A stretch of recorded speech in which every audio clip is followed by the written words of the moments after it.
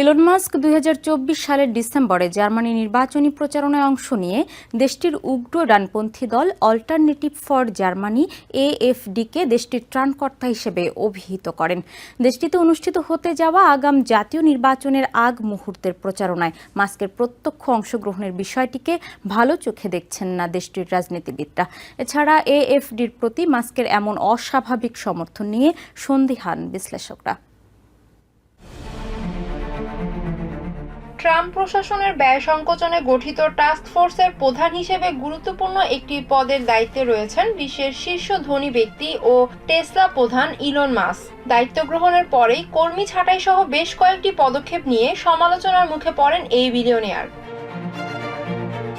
তবে সম্প্রতি জার্মানির নির্বাচনী প্রচারণায় ইলনের অংশগ্রহণ এবং দেশটির উগ্র ডানপন্থী দল অল্টারনেটিভ ফর জার্মানিকে সমর্থন দিয়ে বিতর্কে জড়িয়েছেন মাস্ক। জার্মানির চ্যান্সেলর ওলাফ শোলজের ত্রিমুখী জোটের পতনের পর চলমান রাজনৈতিক সংকট নিরসনে রবিবার দেশটিতে আগাম জাতীয় নির্বাচন অনুষ্ঠিত হচ্ছে।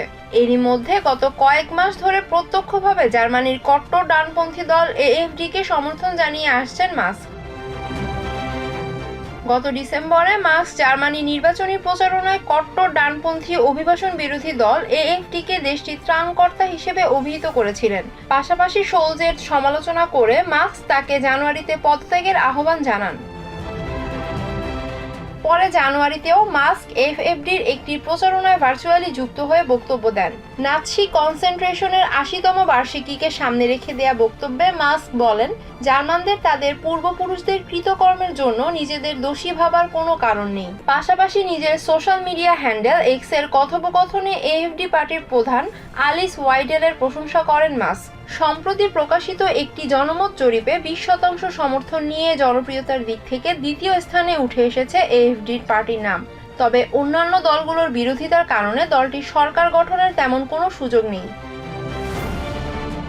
এদিকে ফেব্রুয়ারির শুরুর দিকে জার্মান আদালত মাস্কের মালিকানাধীন সামাজিক মাধ্যম এক্সকে নিয়ে একটি রুল জারি করেছে, যেখানে বলা হয় সোশ্যাল মিডিয়া প্ল্যাটফর্মে নির্বাচনী প্রচারণার তথ্য ছড়িয়ে পড়ার বিষয়টি ট্র্যাক করতে সহায়তার জন্য এক্সকে অবশ্যই তথ্য প্রকাশ করতে হবে।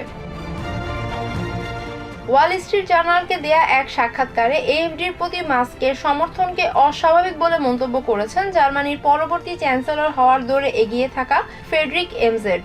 মধ্য ডানপন্থী খ্রিস্টিয়ান ডেমোক্রেটিক ইউনিয়ন পার্টির এই নেতা মাস্কের এই সমর্থনের বিষয়টি তদন্তের দাবি জানিয়েছেন। পাশাপাশি জার্মানি নির্বাচনে মাস্কের এমন হস্তক্ষেপের বিষয়ে হুঁশিয়ারি দেন তিনি। Humaira Ira, TVN24 news desk. New York থেকে সম্প্রচারিত TVN24 টেলিভিশন বিশ্বজুড়ে বাঙালির কণ্ঠস্বর।